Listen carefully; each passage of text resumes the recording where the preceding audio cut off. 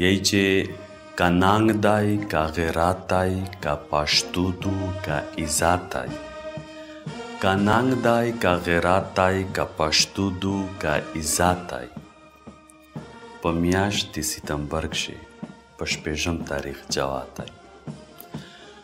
په کل 1965 کښې بھارت دلته راتللي. په کل 1965 کښې بھارت دلته راتللي، وطن یې روښاوړلي، غلامون یې جوړولي. دشمن لاهور ته ورغلی، دشمن لاهور ته ورغلی، په یوه زوی یې ختمولي. حیرون ورته په دا یم چې د څه میژه شمېرلي. که ننګ دی که غیرت دی که پښتو دو که عزت دی. په میاشت د ستمبر کښې په شپږم تاریخ جواد دی. خو نه، دشمن غلط و، میژ عزیز بټي لرلي. خو نه، دشمن غلط و، میژ عزیز بټي لرلي. د زون وینې یې ویر کړې، په دنیا یې وپېژندلي. که ننګ دی که غیرت دی که پښتو دو که عزت دی. په میاشت د ستمبر کښې په شپږم تاریخ جواد دی. دا درته ملګری د موصول زوري مینات دی. دا درته ملګری د موصول زوري مینات دی. دا ملک پاکستان په میژ د هغې شهیدونو امانت دی. که ننګ دی که غیرت دی که پښتو دو که عزت دی. خاین یې ما جوړېږئ، په دا وینې ویر عزیز دی. خاین یې ما جوړېږئ، په دا وینې ویر عزیز دی. خو یوه عزیز ویر نه دی، د ملک هر عزیز دی. که ننګ دی که غیرت دی که پښتو دو که عزت دی. په میاشت د ستمبر کښې په شپږم تاریخ جواد دی. د وطن د علاقې مشرونې ځوانونې عزتمنې ستړي مه شئ. نن چونکې 6 ستمبر دی او دا 6 ستمبر د میژ د پاکستان د پورا بالخصوص د میژه د قبایل د پورا ډېره د فخر خبره دو او ډېره د عزت خبره هم دو. هغې غټه وجه دا دو چې د پاکستان دا وخت 6,20,000 پورا فوج دی او دا د دنیا په 5م نمبر فوج دی. او د پاکستان د آرمی چې کوم ټریننګ دی یا د میژه چې کوم قاعدې قانون دي نور دنیا هم اکسپټ کړي دي چې کله په نور ملکونه ډېر کلک تکلیف روشي بیا د میژه فوج دی د غوړي میژې یې ورکوي. یغې دا 6 ستمبر نن په دا ډېره اهم دو د میژ د پورا او په دغه باندې ژوند پیاوړ هم ډېر ضروري دي چې آیا 6 ستمبر باندې څه شوي وي. 6 ستمبر دا ضروري ویلی دو. بله ورځ مې یو وړکي نه پوښتنه کوله چې تاسو ته پته شته چې دا 6 ستمبر دا څه دي. بیا وړکي دا خبره وکړله چې میژ په 6 ستمبر نه نه خبر. چا وی چې پاکستان جوړ دی، چا وی چې قائد اعظم پیدا شوی دی، چا وی چې علامه اقبال خوب لیدلی و. 6 ستمبر چې په یوه باندې میژه سوچ وکړي دا د میژ د پوره دا را اهم دی، دا را د فخر خبره دو چې په نیمه شپه هندوستان د دې غټې غټې ادارې سره کښېناستې، مشوره یې وکړله چې میژو په پاکستان د شپې په 3 بجه حمله کړي. اول و ټینکي نه ورلاږي، پانه بادو ګایز ټیم شي د دې چې کوم جوزینه دي او چګاوي په هغې باندې حمله کړي. زه په ډېر ډیټیل شه نه چم، شارټ کټ یې درته بیانوم. دغې ملک داسې داسې بادشون پیدا کړي دي، دغې ملک داسې داسې شهیدون په دا خوره لوندې کړي دي چې نن زه ډېر په دا خبره وژغېږه که نه بیا کامې دي. هغې وجه دا دو چې په دغې ملک کښې د میژ سره چې کله د عزیز بټي مې ویس په د خپل نظم خبره وکړله.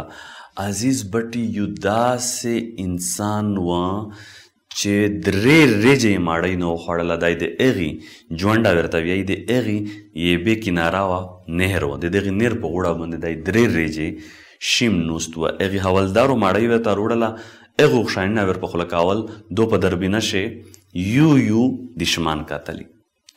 په عزیز بټي کښې غټ خصوصیات دا و چې دو په ډېر لرې هات شه ټینک سایي کړلي، ده ته پته لګېدله چې دا په دره رینج شه دی. خپل ټیم ته یې وویل چې فایر، ده یو فایر کولی ټیک په نشانه لګېدلی. دی د 120 ټینکینه اول ګایز ولاړل. عزیز بټي په چوټي تللی و، خاطي ورته ولیکلي چې واپس جون ورسوه. دې له دا حالات جوړ شول.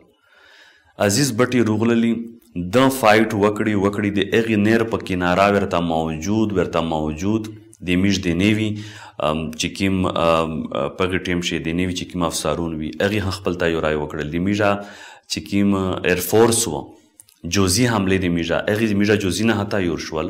په هغې ټیم شي میژه سره چې کوم چیف ایر مارشل و هغه اصغر خان و او نور خان و.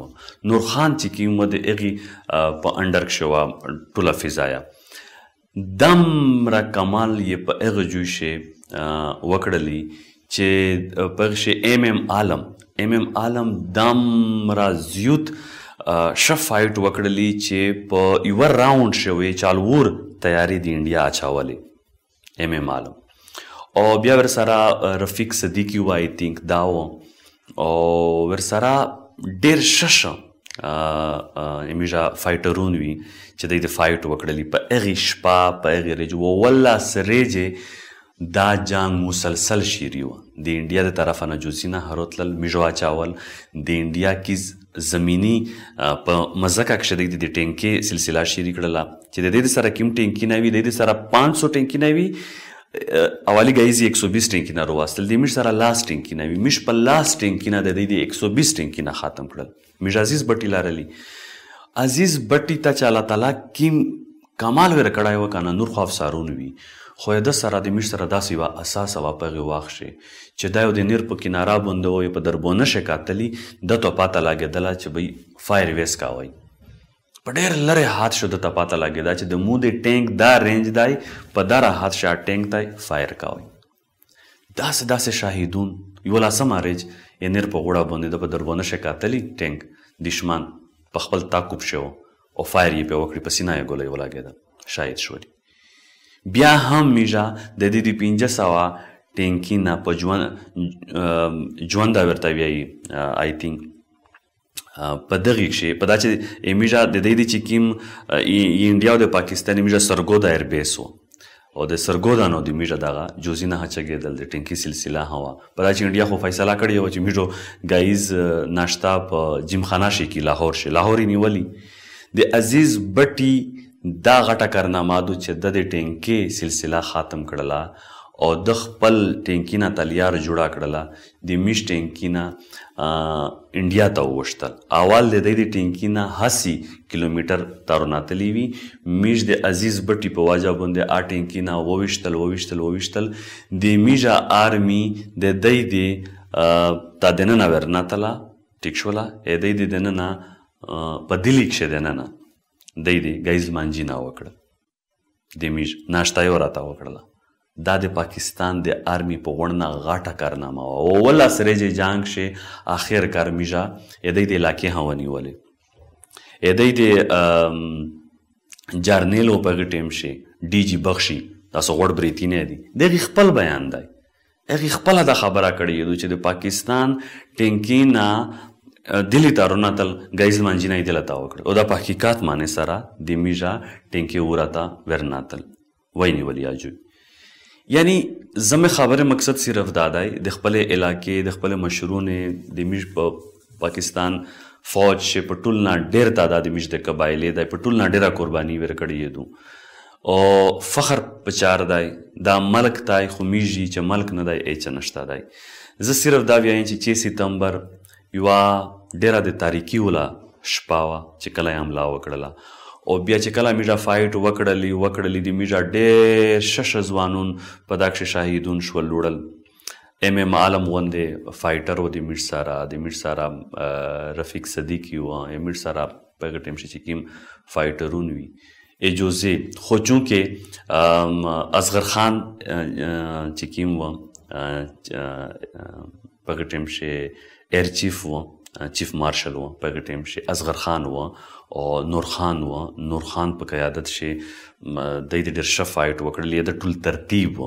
په هغې ټیم کښې د میژه چې کوم تیارې وې F-86 دا تیارې ورچګېدلې او دغه فایټ کولی. زه دا خبره صرف کوم چې دا د 1965 خبره ده. په 1965 چې د میټ سره چې کومه آرمي وه، په 1965 چې د میټ سره کوم هتیار وي، په 1965 چې د میټ سره داسې هتیار وي چې د انډیا مقابله مش په هغې ټیم چې کړی دو 17 دن جنگ وشولي. هغې ټیم خلک ته پاته دو، مشت خو نه وي، مشته خو نه وه پاته. او دا شکر کوم زه چې د مو والد صاحب هم په هغې ټیم چې په 1965 په جنگ چې د ده حصه وه، چې هر په چک شی وه خو حصه یې وه. زه ډېر په تفصیل شه په دا نه درېږم چې خلکو دا ووایي چې ګڼه ته خپل پلور صفات کوې، بلکل یې نه کوم. ټیک شوله په دا چې عزیز بټي شولي او دا اصغر خان شولي، نور خان دې شول، د میش د پاکستان د آرمي دوله تر غاټ نمبر چې خو د عزیز بټي په دارو درېمي چې ملک د باج کړي په هغې ټیم شي. ټینګ نه ډېر خطرناک وي، بل چاته نه پاته لګېده چې په دربانو شي وکتلي چې دا ټینګ په چوره رنج راوند دی، میش په چوره غاښه فایر وکړي. ویس مې دا نظم هم په دغې لیکلی وم او زه په دغې حوالې سره همیشه چې کله خبره کوم د خپل ملک خبره کوم، د خپل آرمي خبره کوم چې ستمبر د میش د پوره ډېر زیات اهمیت لري. میش د پوره د تاریخي هوا خو بیا د میش د پوره رڼایي هم شوله. په ټوله دنیا کښې د میشه د آرمي نوم جوړ شولي، په ټوله دنیا کښې میش خلک یې وپېژندلي، د یوه ښه آرمي په وجه یې وپېژندلي. او میشه په دغې 6.5 لاک آرمي په دغه 22-23 کروڑ آبادي کښې د میش د دغې آرمي ډېر غټې قربانۍ دي. نر زه صرف دا خبره کوه چې د 1965 جنګ و هم میش همیشه نیګیټیویټي ویل شویلې درېمي. بیا میش خلک کله کله 71 ته لوټ شي، د میش خلک کله کله بل ټیم ته لوټ شي چې ورته خو بیا داسې آرمي ورته داسې دوله ته ډېر اونچ نیچ روچي. په دا ملک کښې چې کومه نمونه سیاسي حالات جوړ شوي وي، کومه نمونه په غلط ټیم کښې آرمي انالوس پکې شوی واللي داسې غلطۍ وشوې په دا ملک کښې، او د هغې باوجود دا ملک نن قایم دی، د نن دا ملک ویلوړ دی په خپلې پښې. زه صرف دا خبره کوم چې د خدای د پوره د دغې ملک د پوره چې چا قربانۍ ورکړي دي په خپل الفاظي نه کښې ښه یې دا وایي، هغې خلک صفات هم کوئ. د دغې ملک او په دغې ملک باندې د دغې آرمي ډېر غټ احسان دی، بیا د دغې ملک په دغې آرمي باندې هم ډېر غټ احسان دی چې دی د په داره وړیکن کې وجود کښې دی د دغه ملک سنبال کړی دی. میش ارد ګرد چې کوم پاورفل قوتونه دي ډېر پاورفول دي، هغې باوجود هم دا ملک نن فایټ کوي، تر نن تاریخ پرې کوي. اوس خو د الله شکر دی د میش سره ډېره ښه اسلحه راغلله. د میش سره داسې میزایل ماشاءالله پاکستان جوړ کړل چې هغه میزایل کښې مخکې چې د میش سره کې میزایل پکښې شو د راکټ انجن لګېدلي، ویس خو دی د باقاعده سپیس ته پوز درېمي او ورته هم داسې انجن پکښې فټ شوي دي چې ورته هم دی فایټ کوي. دای په خپل ټکوړې کښې تقسیمیږي د میشه میزایل چې کوم دی. د میشه میزایل ته نن اول د میشه 1000 کیلومیټر و، د 1000 نه تلي نن د تو سره 2200 کیلومیټر کښې رینج کښې د میش سره میزایل شته. ته د هندوستان هر چنډه هر کونجه یې ویشتای شي، د هر جوی نه یې ویشتای شي. هندوستان خو ته پرېږدوه نور ملکینه ته چې دا د میش نه داسې لشکي پلاو وایي، نور ملکینه ته هم د تو سره داسې میزایل داسې حاصلات یې جوړه کړله، دا را پاورفول شولې د ایټم باندې طاقت لري. کنې تو نن چا پرې یشای نه وې، ټکوړې په ټکوړې وي، وړکی جلکی کور مازا برو شا باده دا د په ډور په ډاب کوله. یا بل چا نو د پښتنه کړلی نو سیدو وخستله باقاعده و د نور مذهبې په تو باندې پاور و، خپل منجاب د ستو جامو ته په ازادي سره نه شوی تللی. خو د الله شکر دی په یوه ازود ملک شي او د دغې ملک د پوره ډېره غټه قربانۍ دي د پاکستان د فوج، د پاکستان د عوام. او په دغې جونډه په مقام باندې چې کله د 1965 6 ستمبر جنګ و، د هغې ټیم د خلکې د هغې ټیم د آرمي د افسرونو تاسې په یوټیوب باندې بیانونه ایښتي، تاسې در وخلی یی چې په غونډه غټه د میشه ملا دغې عوام وتړله. عام عوام د میش سره ودارېدلي، د عزیز بټي سره عام عوام ودارېدلي، د چیف مارشل نور خان سره اصغر خان د سره عام عوام ودارېدلي. عام عوام چې کوم قسم مقابله وکړله، کوم فایټ یې په هغې جوی وکړلي که نه، زه وایم چې آرمي په خپله فخر کوي چې د میشه عوام د میش سره و. میش د 65 په جنګ کښې دومره کې چېشته نه وي خفه، او دا د الله شکر هم دی. میش د الله شکر وبوسي چې په یو آزود ملک شي 6 سپتمبر نن ریج دو چونکې او 6 سپتمبر یو ډېر غټ تاریخ لري او اوله سریجې په پاکستان شي د پرادي ملک جان دا سوچ ما کوي چې کنه دوی په میژه حمله نه کو دوی ته چې کله الله تعالی موقع ورکو دوی په تو حمله کو فایټ وه کو در سره خو چونکې د الله شکر دی چې ته یوه طاقتور آرمي لرې او د خپل عوام سپورټ د آرمي سره دا ډېر ضروري دی دا چې کله دوه سره یو جوته شي تو د یو ملک نشي هراولی د مو دا امید دی د میش د خلکې د علاقې د ژبې د پوره مې دا امید دی چې که تاسو په فیسبوک همیشه کسئ یا د مو د یوټیوب چینل دی وزیرستان ټي وي په هغې کښې زه صرف کوشش دا کوم چې امن وي چې صرف د وازیرې د ماسي د ورمړې د داوړې د میش د ژبې د علاقې د پښتانې بیا د پښتانې په سیندیونو سره د سیندیونو د بلوچونو سره د بلوچونو د پنجابیونو سره د چالورسارې صوبې خلک سره په یوه پیج وي په یوه ژبه وي یوې شنې جنډۍ خوته میږ غونډ وي په دنه د خوښي خبره خو بله نشته دی په دنه د خوښي خو بله خبره نشته دی چې کله د تو غونډې صوبې سره په یوه یوې جنډۍ خوته میش په جنډۍ شه تقسیم شولي میش په سیاسي پارټۍ شه تقسیم شولي میش په مذهبي فرقې شه تقسیم شولي میش په مختلف سوچینه کښې تقسیم شولي میش ذهني غلامان شولي غربت هم دی حالات هم داسې دي خو چونکې بیا هم میش قبایل ډېره مقابله وکړله حالانکې میژه حالات ډېر خراب وي خو الله تعالی دا رحم وکړو الله تعالی دا کرم وکړو د میش په خصوصي په ملک د میش په دغې آرمي باندې د میش په دغې د میش د وطن چې کوم صورتحال دی الله تعالی دا په دغې باندې خصوصي رحم وکړو الله تعالی دا د میژه خلکې ته د سکون لیارې ورکړو الله تعالی دا د امن لیارې ورته جوړې کړو الله تعالی دا د میش کښې دننه د تشدد نه د غوسې د ضد نفرتۍ نه علاوه الله تعالی دا میشتوس ته صبر وکړو میشتوس ته دا عقل وکړو الله تعالی دا په میشتوس کښې میانه روي او بایچاره وچوي چې میش د یوه د بل سره په خواږلات چلیږي میش ماسي د بل ماسي صفات کوي میش د خپلې ژبې عزت کوي میش د خپل ایمنې د امپیګونې عزت کوي دی د میژه کوي د عام عوام الله تعالی دا په میژه کښې داسې نمونه مینه محبت وچوي د مو ډېرې دا ودي خپلې جانب